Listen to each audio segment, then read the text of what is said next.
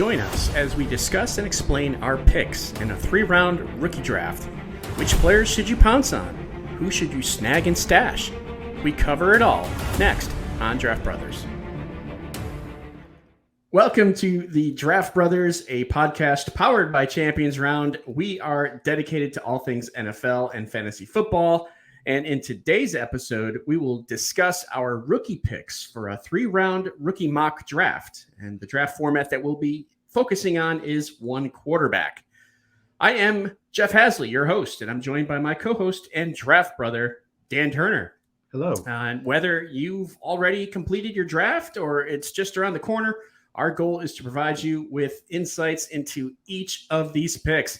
Make sure to stay tuned for future episodes where we will analyze specific players of interest. It will be a little bit longer of a video. But, Dan, you ready to do this? Super ready and excited. All right, let's get to it.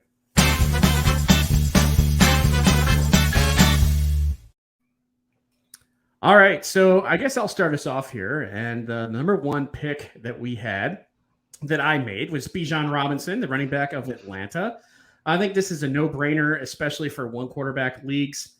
I mean, he's just going to come in and be a contributor right from the start. Essentially, Arthur Smith got his Derrick Henry. That's what Bijan Robinson is and what he can be.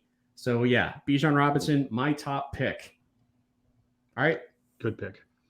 All right, so my first pick at 102 is Jahmyr Gibbs. It's between him and Jaxson, Smith-Njigba, but I just like the landing spot for Gibbs more, especially when Detroit shipped out DeAndre Swift. Gibbs is pretty much the lead back there now in a pretty good offense that's on the upswing in a kind of depleted NFC North as of right now. So I think Gibbs would be a great, especially in PPR leagues, pick at 102. All right, number 3, I picked Jaxson Smith-Njigba, wide receiver of Seattle. He comes in, of course, they already have DK Metcalf and Tyler Lockett, but Smith-Njigba is an excellent route runner right from the start. He's got good hands. He's expected to be a part of that offense. I'm even hearing that he could be the Cooper Kupp of the Seahawks offense. So take that for what it's worth. Smith-Njigba, number 3. All right, so number 4, I took Quentin Johnston from the Chargers. I really love his landing spot among the receivers. I even like it a little bit more maybe than Smith-Njigba's. I think attaching Johnston to a young quarterback in Justin Herbert with both Keenan Allen and Mike Williams either old or can't stay healthy, I think he should be able to climb into that starting rotation immediately and then be a featured receiver there for years to come. So easy pick at 104.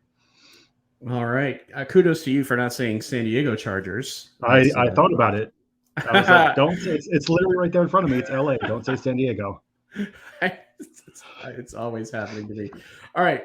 Number 5, Jordan Addison, Vikings wide receiver. What do we know about him? He is a quick, shifty wide receiver. He's known for his agility and his good route running skills.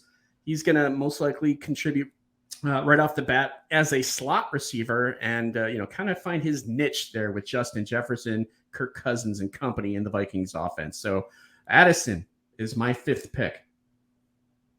All right. So at pick 6, get it? I picked Zay Flowers, a receiver from Baltimore. With the Baltimore's new offensive coordinator going to more of a wide open offense and re-signing Lamar Jackson, I expect Zay Flowers to be one of the top 2 receiving options there. They really don't have much besides Mark Andrews and Rashad Bateman, who can't really stay healthy either.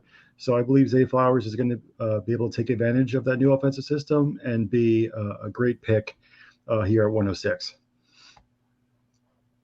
All right. And after the 4 wide receivers have gone, I kind of like to take Anthony Richardson here. He's a dual threat quarterback. We already know he's got a strong arm and he's got exceptional athleticism. The Colts are going to look to get him involved. And we already know that dual threat quarterbacks are fantasy producers. So Richardson here, even though he's a little bit raw in terms of his experience, I think he could light it up. And if that's the case, you're going to be glad that you took him here at 7. So Richardson, my 7th pick. All right. All right, so 108, I go a little against the grain here and take Devon Achane from the Dolphins. I think he's going to be able to go in and take top spot away from Jeff Wilson and Raheem Mostert pretty quickly, as they're both older, less dynamic backs. He's elusive. He has great acceleration for an offense that already has two wide receivers that live on speed and acceleration. So it's going to be a really fun offense to watch, and I think Kane is going to be a big part of that. So I love him here at 108. All right, 109. I like Dalton Kincaid, the tight end out of Buffalo. One, he's on the Bills. Bills have a strong offense. You want guys on good offenses. He's a reliable tight end. He's got good hands, good blocking ability, and he's likely going to contribute year one. How much will he contribute? That's yet to be determined. But, for a rookie draft, you're picking for the future as well. And I like Kincaid at this spot. All right, at the 10th pick, I picked Josh Downs from the Colts. As you mentioned, Anthony Richardson is going to be a bit raw, his first couple of years. So having that short to immediate target in Josh Downs, along with Michael Pittman, it's going to be really key to his development, I think. I think that Downs should be able to grab that number 2 spot in the pecking order pretty quickly, as there really isn't much behind Michael Pittman. So I really think that Downs and Richardson could develop together and have a really good rapport. And Downs could be that PPR kind of machine there in Indianapolis. So at 110, I really liked him. And I really liked him actually pre-draft. So to him to go to this spot, I was really happy with. All right, number 11, I've got Zach Charbonnet. I have Charbonnet ahead of Devon Achane, but it really depends on where you fit. He's a powerful physical running back. He's known to break tackles. He runs with power. The only problem is the fact that Seattle already has a running back ahead of him in the depth chart in Kenneth Walker. So that's a little bit of a concern. But if you're not concerned about that, I like him even a little bit higher in this round. But 11, I think, is a fairly good sweet spot for where you might be able to get Zach Charbonnet. All right, so 12, I took Michael Mayer, who I actually have as my TE1 in this draft. I love his landing spot going with a coach that loves targeting the tight end, a quarterback that loves targeting tight end, and avoided tight end after the Raiders got rid of Darren Waller. So I think Mayer can come in, start immediately. He stay on the field because he's a decent blocker, a better blocker than Kincaid is. And I think he's going to develop, and live up to that baby Gronk nickname he had, pre-draft. So to get him here at the 112, I think is a great value. All right, here's where we kind of see a tier drop off, and it happens to be right at the end of the first round, beginning of the second round.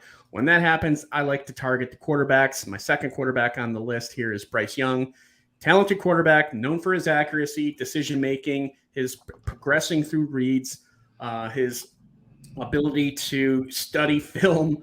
He's expected to be obviously a starter with Carolina and provide a spark for that Panthers passing game. So Bryce Young, the first pick in the second round, second quarterback overall. All right. So at the 202, I picked CJ Stroud, the QB from the Texans. I think, you have that big three at quarterback with Richardson, Stroud, and Young, and then you have a pretty significant tier drop. So to get that last quarterback at 202, I like. He's going to be hitting up a young offense. There's a decent running back behind him in Dameon Pierce. The Texans drafted a couple of receivers in Xavier Hutchinson and Tank Dell. They have John Mechie. They signed Robert Woods. And Nico Collins is, a holdover from the previous, coaching staff. So he does have some tools to work with there. I think that, he'll be, have his growing pains, but to get him at 202 as the last of like the big three at quarterback, I'm happy with. All right, at pick number 3 of the second round, I like Kendre Miller, the running back in New Orleans. He is a powerful, physical type of running back, so he can play on first and second down. We don't know how long Alvin Kamara will be suspended. It could be the whole year. But I expect Miller to contribute along with Jamal Williams and, just provide some depth and compete for playing time in the Saints backfield. It's a good pick. All right, so at the 204, I picked Marvin Mims, wide receiver for Denver. This might be a little bit earlier than it might be going a couple of drafts, but I just love his skill set. I think that Denver and new coach Sean Payton aren't really married to any of the receivers that are there. Jerry Jeudy, Sutton, the two receivers behind them are always, hurt or getting older. So I think Mims, at the very least, should be, the wide receiver 3 to start with a chance to go higher if one of the first two are dealt. He has great, route running, good hands, So to get him here at the 204, I might be a little higher. I just like them better than the wide receivers that were left. All right. And at 205, I've got Sam LaPorta, tight end out of Detroit. We saw what Detroit was able to do with TJ Hawkinson before they traded him for the cheaper version of him. Same school, even Iowa, the Iowa tight end factory. And he is expected to contribute as a pass catcher and, of course, provide support in the Lions offense. I like LaPorta here right around the middle of the second round. Very good. So at the 206, your guy, Jonathan Mingo from your Carolina Panthers. I think that, Terrence Marshall, DJ Chark, and Adam Thielen are locked in as the top three. But Mingo is an intriguing prospect that should, that those three aren't really world beaters at this point in their career. So he should be able to establish himself pretty well on the depth chart. And if he can form a good rapport with Bryce Young, he's the type of player that could be Carolina's wide receiver one in the next year or two. And that should pay fantasy dividends. Maybe not immediately, but definitely in the next, 2 or 3 years, he could definitely be one of those values that you get in the second round. So I like him here at 206. All right. At 207, I've got Jayden Reed, wide receiver in Green Bay. He's a quick and elusive receiver. He's known for his route running and playmaking ability, and he's expected to provide some depth at wide receiver. Imagine Christian Watson kind of being like the deeper threat or the guy who can kind of stretch the field, and Jayden Reed maybe being that possession guy that Jordan Love could use. So I see him contributing with the Packers here, and it could happen this year. All right, at 208, I picked Roschon Johnston from Chicago. He was one of my other pre-draft, sleepers that I really loved. He didn't have the great college stats, but he was sitting behind Bijan Robinson, so that was to be expected. In Chicago, he'll go with a good, rushing quarterback in Justin Fields, so he'll have some lanes to run through. He does have D'Onta Foreman and Khalil Herbert to compete with for carries, but I think that Johnson will be able to carve out a good role for himself. And then once D'Onta Foreman moves on after this year, he should be able to get the lion's share of the receiving work. In the rushing work in that backfield. So 208, I really like him here. All right. And at 209, I think is a decent spot for Rashee Rice. Sometimes you see him go a little bit sooner. Sometimes you see him go a little bit later. But he's a skilled wide receiver. He's got good hands. He's got the ability to make plays after the catch, which we know Patrick Mahomes likes. He's expected to contribute as a depth option. We know that Andy Reid, especially with wide receivers, takes his time with these guys. So he may not have a role right off the bat, but the opportunity for him with Mahomes years down the road sounds good. And this is a good spot to get him. It's a great spot to get him. All right, the 210, I take Jalin Hyatt from the rival New York Giants. I think the Giants have a plethora of, slot options, Sterling Shepard, Wan'Dale Robinson, then you have Isaiah Hodgins, Darius Slayton, Paris Campbell. None of them are, jumping off the page to you. There's some solid pros, but I think Jalin Hyatt has going to be that deep threat receiver that the Giants haven't really had since Slayton was in his prime. He'll be able to give Daniel Jones, that guy with big play potential, and contribute to the Giants passing game. So to get him here at the 210 mark, I think is a really good pick for me personally. All right, 211, getting near the end of the second round. I like Tank Bigsby, running back in Jacksonville. He's a powerful running back. He's got good balance, the ability to break tackles, which the team could use. He's expected to compete for playing time with Travis Etienne, and we know that Doug Peterson likes to have multiple backs in his offense. So I can see him and Etienne, kind of being like a 50-50 or a 55-65, 55-45 type of offense. So Tank Bigsby, not too bad here at the end of the second round. So the last pick in the second round at 212, I took Kayshon Boutte from the Patriots. He had that really good year at LSU and then kind of fell off a little bit. But similar to what Jalin Hyatt is facing in New York, in New England, there really isn't a ton of proven wide receiver depth in front of him. You have Devontae Parker, who's getting up there in age. They just signed Juju Smith-Schuster and then Kendrick Bourne. So I think that Boutte is going to be able to learn behind those guys. And then when he's ready, Bill Belichick will be able to deploy him, and he'll be a good weapon in the passing game for Mac Jones to throw to. So to get him here at the end of the second round, I'm pretty much betting on his physical ability, and hopefully he pans out as an upside pick. All right. And at the beginning of the third round, I really like this pick, and I would not be upset if you took him a few picks earlier. And that's Chase Brown, running back in Cincinnati. He's a versatile running back. He's got good speed, good agility. He's expected to be a depth piece for the Bengals.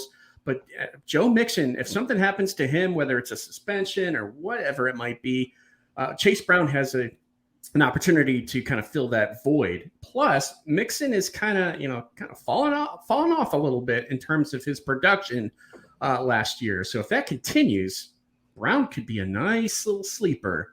And to get him in the third round, I think is a strong value pick. Absolutely is. All right, the 302, I take Tyjae Spears out of the Titans, Senior Bowl darling.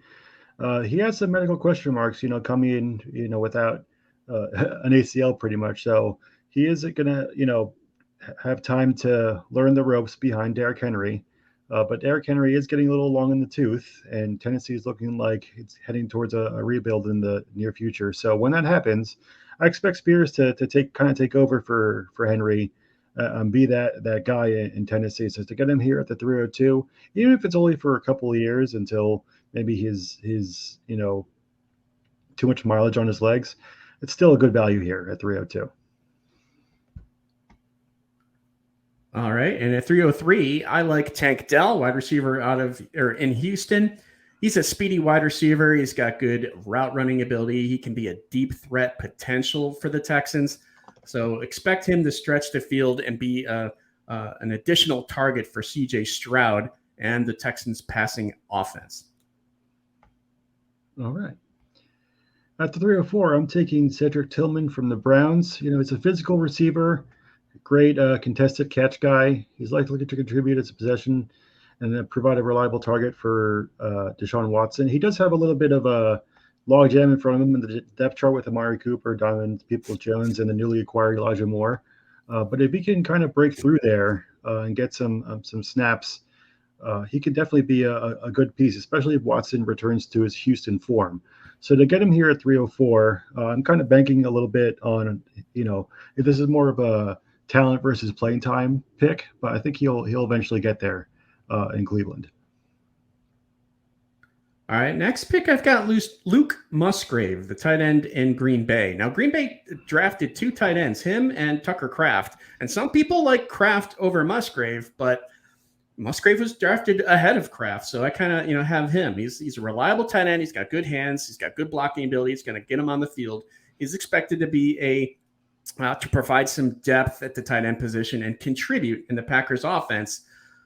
Could Kraft kind of overtake him? Yes, that's possible. I think this is something that it's a fluid type of situation in Green Bay. This might change as we get closer to August and September. But right now, I've got Musgrave ahead of Kraft, and he's a good pick for us here. But if you go with Kraft, and for whatever reason, if you like him more, this is a good spot to get him. I would say early, mid-third. All right, 306, I took Zach Evans from the Rams. Before the pre-draft process, there were some mocks that had Evans all the way up in the first round. So to get him here at 306, I think is a tremendous value. He has a great combination of size, speed, and agility. He's likely to provide depth in the Rams' backfield to contribute as both a runner and a receiver. He only really has Cam Akers in front of him, so he's definitely in line to get some carries early on. And Cam Akers hasn't really been the picture of consistency throughout his career, so he could have an opportunity to lead a backfield. And to get him here at 306 for a running back, I think is great value for me. All right, at 307, this is kind of where you're starting to look at some sleepers. I've got Dwayne McBride here, running back with the Vikings. He's a powerful running back. He's known for his physicality and the ability to break tackles. He's expected to be a depth piece in the Vikings backfield. If the Vikings move on from Dalvin Cook, which is expected, Alexander Mattison is right there to take away some carries.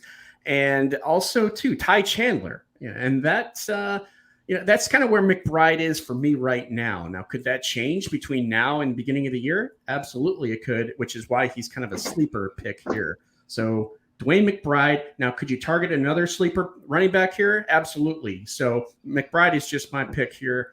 But if there's someone that you like, now's the time to get him. It's a great point. So at 308, we mentioned before the top 3 quarterbacks in the big teardrop, and we notice how big the teardrop is because the 4th quarterback goes and then towards the end of the 3rd round. So you have Will Levis here, who's going to sit behind Ryan Tannehill for a season or 2 in Tennessee, and isn't really can be expected to do much. He's a great physical specimen at quarterback, the big strong arm, he's tall. The question marks about him are the mental side of the ball. So if he can be developed by the coaching staff of the Titans and then step in for Tannehill, I think he could be a good value. It's really just betting on if the mental side can catch up to his physical skills. But at 308, I mean, like you said, what do I have to lose? It's basically sleepers at this point. All right, 309, I've got Michael Wilson. He's wide receiver drafted by the Cardinals. He's a reliable wide receiver with good hands. He's got good route running ability. He's expected to be a depth piece for the Cardinals. And we don't even really know if Kyler Murray is going to play half the year, less. So this is more of a future type of pick and one that you can kind of take a stab and stash with. Michael Wilson. That's a good one. So at 310, I'm taking Israel Abanikanda from the Jets. Breece Hall's coming back from an injury. You got Michael Carter there, but I really liked Abanikanda. Pre-draft, I think he was the total package at running back. He's speedy, agile, has good burst and big play potential. He'll provide some depth early on, but I think that he'll eventually take over for Michael Carter and be that 2 to the first option that is Breece Hall. So it'll be a change of pace back. He'll never be that 3 down back, but at 310, he definitely still has some value as a depth piece for your roster. All right, and here's a pick for the future. You mentioned Will Levis as a sleeper at quarterback. How about Hendon Hooker? Drafted by the Lions. He's a dual threat quarterback, so right away, that's good. He's expected to be a depth piece, of course, behind Jared Goff, but he could potentially develop in that coaching staff and turn into a quarterback that you could use on your team. So Hendon Hooker, here's a good chance to grab a potential future quarterback gem. And if something happens to Goff and Hooker finds his way in the lineup, you never know. You just never know. It's a good time to get him. Absolutely. So at the 312, we go for the home run at the last pick of this draft. Sean Tucker, the running back from the Buccaneers.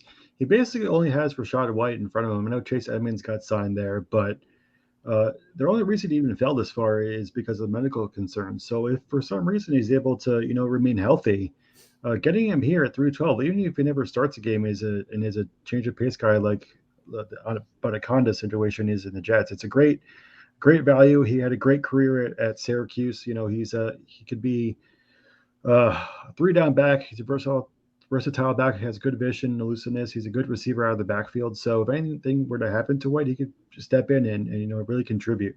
So to get him here at 312, if he can remain healthy, might as well take a shot on him. All right, well, that's it for our 3-round rookie draft. Lots of good picks there, man. I really like that Sean Tucker pick, especially as the last pick in the draft. If he's someone that you can take as a sleeper running back, kind of like where McBride was selected, right? Or even Zach Evans. I've seen him go somewhere in that range too. But I think to get him as the last pick, he's already starting to make some waves and raise some eyebrows, should we see, in mini camps and such. So, all right, that is our list of picks. I hope that you enjoyed that. Make sure that you stay tuned for our future videos where we can break these guys down a little bit more in detail, and that will be coming up in the coming days and weeks. So look for that. Thank you for watching us. We really appreciate that. If you like this content, if you like our show, if you like us, give us a like, a subscribe, a comment in the video here, because that stuff really does help our channel. So we appreciate you for that. You could watch a lot of things on YouTube, and the fact that you chose us, we're thankful. So thanks for that. For Dan Turner, I am Jeff Hasley. We are the Draft Brothers, and we'll see you next time. See ya.